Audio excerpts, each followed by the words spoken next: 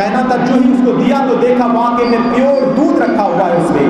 پتہ یہ چلا کہ جب بندہ دل سے توبہ کرتا ہے اللہ صرف اس کے گناہوں کو نہیں مٹاتا، اس کو صاحب کشف و کرامت بھی بنا دیا کرتا ہے، صاحب کشف و کرامت بھی بنا دیا کرتا ہے۔ ابھی نماز نہیں پڑھا ہے، روزہ نہیں رکھا ہے، مگر دل سے توبہ کیا، اللہ نے اس کے شراب کو دودھ میں تبدیل بھی کر دیا۔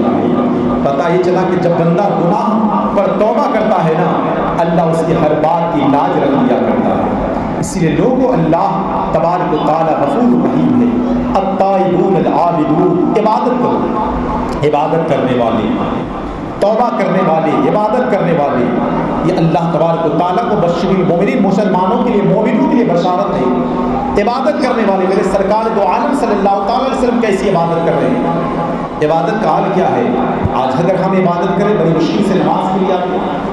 نماز کا عالم یہ ہے کہ دل تو لگتا نہیں نمازوں میں، دل تو ادھر ادھر ہے، ٹائم زیادہ ہو جائے نماز میں، 2 منٹ زیادہ ہو جائے تو پریشانی، 2 منٹ کم ہو جائے تو پریشانی، آج نماز جلدی ہو گئی، نماز دیر ہو گئی، مچھر کاٹ لے تو بھی گوارا نہیں ہوتا۔ لیکن وہ کیسے سرکار تھی؟ صحابہ فرماتے ہیں کہ سرکار اتنا لمبا سجدہ کرتے تھے کہ پاؤں مبارک کو ورم آ جاتا تھا، آپ کے پاؤں مبارک پھول جایا کرتا تھا، اتنا لمبا سجدہ کیا کرتے تھے، کبھی کھڑے کھڑے نماز پڑھا کرتے تھے۔ پہلے زمانے میں سورج گرہن کی نماز ہوتی تھی، ابھی بھی ہے لیکن نماز پڑھتے نہیں، ہم تو انتظار کرتے سورج گرہن کا مطلب کیا ہے کہ ہم جانتے ہی نہیں۔ ابھی کچھ دن پہلے سورج گرہن لگا تھا، بہت لمبا تھا، بہت ہی، میرے سرکار کے زمانے میں بھی سورج گرہن لگا کرتا تھا، اور جب لگا کرتا تھا تو سرکار نے فرمایا نماز پڑھا کرو، ایسے وقت میں رب کو یاد کیا۔ سائنس پریشان ہے، لوگ حیران و پریشان، یہ سورج گرہن چاند گرہن ہوتا کیوں ہے؟ حیرانی پریشانی کا سبب ہے کہ ہوتا کیوں ہے؟ کوئی کہتا ہے کہ سورج جب چاند کے اوپر چلا جاتا ہے، چاند نیچے ہو جاتا ہے تو سورج گرہن لگتا ہے، چاند اوپر ہو جاتا ہے سورج نیچے ہو جاتا ہے تو چاند گرہن لگتا ہے، یہ کہنا۔ لیکن میرے سرکار دو عالم صلی اللہ تعالی علیہ وسلم ایسے وقت میں نماز پڑھا کرتے تھے۔ کتنی لمبی نماز؟ 2 ہی رکعت میں پوری لمبی نماز، چاہے 2 گھنٹے کا سورج گرہن کیوں نہ لگے، 2 گھنٹے کا چاند گرہن کیوں نہ لگے، صرف 2 رکعت نماز پڑھتے تھے۔ بعض اگر مشکات شریف، مسلم شریف کی حدیثیں کھولیں گے تو کہا ایک ایک رکوع کے ساتھ نماز پڑھے تھے، ایک ایک رکوع کے ساتھ، کیا کوئی 2 رکوع کے ساتھ بھی نماز پڑھتا؟ کہا کہ بعض صحابہ سرکار نے اتنا لمبا رکوع کیا نا تو صحابہ سوچے کہ شاید سرکار رکوع سے اٹھ گئے، تو پھر وہ کھڑے ہو گئے، پتہ چلا کہ سرکار ابھی رکوع ہے، دوبارہ رکوع میں چلے گئے، اس لیے ایک ایک رکوع کیا جائے، 2 رکوع نہ کیا جائے، یہ صحابہ نے تعبیر بیان کیا۔ لیکن یہ ہوتا کیوں ہے؟ یہ ہوتا کیوں ہے؟ فرماتے دیکھو انسان غور و فکر کرو، آج ہم عیاشی میں اپنی زندگی کو تباہ و برباد کر دیتے ہیں، اپنی زندگی کو شراب نوشی جوا بازی کے نام پر اپنی زندگی کو برباد، نوجوانی کی دہلیز پر قدم رکھانے کی اتنی برائیاں اندر آ جاتی ہے کہ 50 سال کا جینا بھی مشکل ہو جایا کرتا ہے۔ رب نے فرمایا ان بطش ربک لشدید، تمہارے رب کی پکڑ بہت سخت ہے، بہت سخت ہے۔ اگر سورج کو اگر پالدی کی سرزمین پر 6 بجے نکلنا ہے تو وہ 6:01 پہ نہیں نکل سکتا، یا 5:59 پہ نہیں نکل سکتا، اس کو 6 بجے ہی نکلنا ہے۔ اگر غروب ہونا ہے اس کو 7 بجے تو وہ 7 بجے ہی غروب ہونا ہے، نہ 1 منٹ بعد ہو سکتا ہے، نہ 1 منٹ پہلے ہو سکتا ہے۔ سورج بھی اللہ کی مخلوق ہے، چاند بھی اللہ کی مخلوق ہے، انسان بھی اللہ کی مخلوق ہے۔ اے انسان غور و فکر تو کرو، جس سورج کا عالم یہ ہے کہ وہ اتنا پابند ہے، جس چاند کا عالم یہ ہے کہ اتنا پابند ہے کہ وہ اپنے ٹائم سے نہ 1 منٹ آگے بڑھ سکتا ہے، نہ 1 منٹ پیچھے ہو سکتا ہے، اتنا پابند ہونے کے باوجود رب کے پکڑ سے دور نہیں ہے۔ اے غافل انسان، تو رب کے پکڑ سے کتنا دور ہو رہا ہے، تو رب کے پکڑ سے کتنا بھاگ رہا ہے، یہ تو عالم ہے۔ میرے سرکار جب عبادت کیا کرتے تھے تو پاؤں مبارک پہ ورم آ جایا کرتا تھا۔ سرکار ایک دن سورج گرہن کی نماز پڑھا رہے ہیں، جب بات آئی میرے سرکار کی نماز کی تو بتا دوں، سرکار نماز پڑھا رہے ہیں، اور نماز پڑھانے کا عالم کیا ہے صحابہ سے پوچھو، ہم ان کے پیچھے نماز پڑھ رہے ہیں جن کا عالم یہ ہے کہ جن کے صدقے سے رب نے نمازیں عطا فرمائی، ان کے پیچھے صحابہ نماز پڑھ رہے ہیں، میرے سرکار نماز پڑھا رہے ہیں، سورج گرہن کی نماز ہے، سرکار مسجد نبوی میں ہے، ابھی سرکار نماز پڑھا رہے تھے، سرکار ایک قدم آگے بھی بڑھائے، ہاتھ کو بھی بڑھایا، اور بڑھانے کے بعد پھر ہاتھ پیچھے کھینچ لیا، ہاتھ بڑھایا پیچھے کھینچ لیا۔ صحابہ نماز ختم ہوئی، صحابہ نے عرض کیا یا رسول اللہ، نماز میں آپ کا عجیب کیفیت کہ آپ ہاتھ بھی بڑھائے پیچھے بھی کھینچ لیا۔ میرے سرکار دو عالم صلی اللہ علیہ وسلم نے ارشاد فرمایا، میرے سرکار نے فرمایا کہ جب میں نماز پڑھا رہا تھا تو اللہ نے میرے سامنے جنت کو پیش کیا، میرے سامنے جنت کو پیش کیا، تو میں جنت کے باغ میں تھا اور چاہ رہا تھا کہ انگور کے خوشے اپنے ہاتھ سے توڑ لوں، انگور کے خوشے اپنے ہاتھ سے توڑ لوں۔ میرے صحابہ اگر میں توڑ لیتا تم کھاتے، قیامت آ جاتی مگر وہ ختم نہیں ہوتا، قیامت تک تم کھاتے رہتے مگر وہ ختم نہیں ہوتا۔ سرکار پھر آپ توڑے کیوں نہیں، پیچھے کیوں ہٹ گئے؟ میرے سرکار نے فرمایا کہ جنت کے بعد فوراً جہنم کو پیش کیا گیا تھا، اور جہنم میں ایک ایسی عورت پر عذاب ہو رہا تھا جس نے اپنی بلی کو باندھ کے رکھ دی تھی، وہ بلی پیاس کی شدت سے مر گئی، اس کی وجہ سے اس پر عذاب ہو رہا تھا۔ پتہ یہ چلا کہ کل قیامت کا دن ہوگا نا، قطرے قطرے کا حساب ہوگا، دریا دریا بخشا جائے گا، کون کس گناہ سے پکڑ میں آئے یہ کہنا مشکل ہے۔ اسی لیے کل قیامت کا دن بہت سے ایسے لوگ ہیں نا، میں تو کوئی گناہ نہیں کرتا، نماز پر نماز پڑھتا ہوں، کل ایسا ہوگا کہ اس نیکی کی وجہ سے، جو اسی گناہ کی وجہ سے جو وہ قصدن کیا بھی نہیں ہے، پھر بھی اس گناہ کا حساب و کتاب اس کو دینا پڑے گا، اس گناہ کا سزا اس کو دیا جائے گا۔ اسی لیے لوگوں اللہ تک وہ عبادت کرو جو میرے سرکار نے عبادت کی ہے، التائبون العابدون الحامدون السائحون، مبشرین المؤمنین، اور مسلمانوں کے لیے، مومنوں کے لیے بشارت ہے جو خوشخبری ہے، والحافظون لحدود اللہ، جو اللہ کے دین کی حفاظت کرتے ہیں، اللہ کے حدود کی حفاظت کیا کرتے ہیں۔ وہ جو صحابہ کرام سے حضرت بشر حافی رحمۃ اللہ علیہ کا واقعہ سنا، میں نے آپ کو عرض کر دوں، نام حضرت بایزید بستانی رحمۃ اللہ تعالی علیہ، اپنے وقت کے جلیل القدر اللہ کے ولیوں میں سے ہی، شہر بستان میں آپ کا مزار اقدس موجود ہے۔ حضرت بایزید بستانی کیسی ذات ہے، اللہ نے جن کی دعاؤں کو کبھی رد نہ کیا۔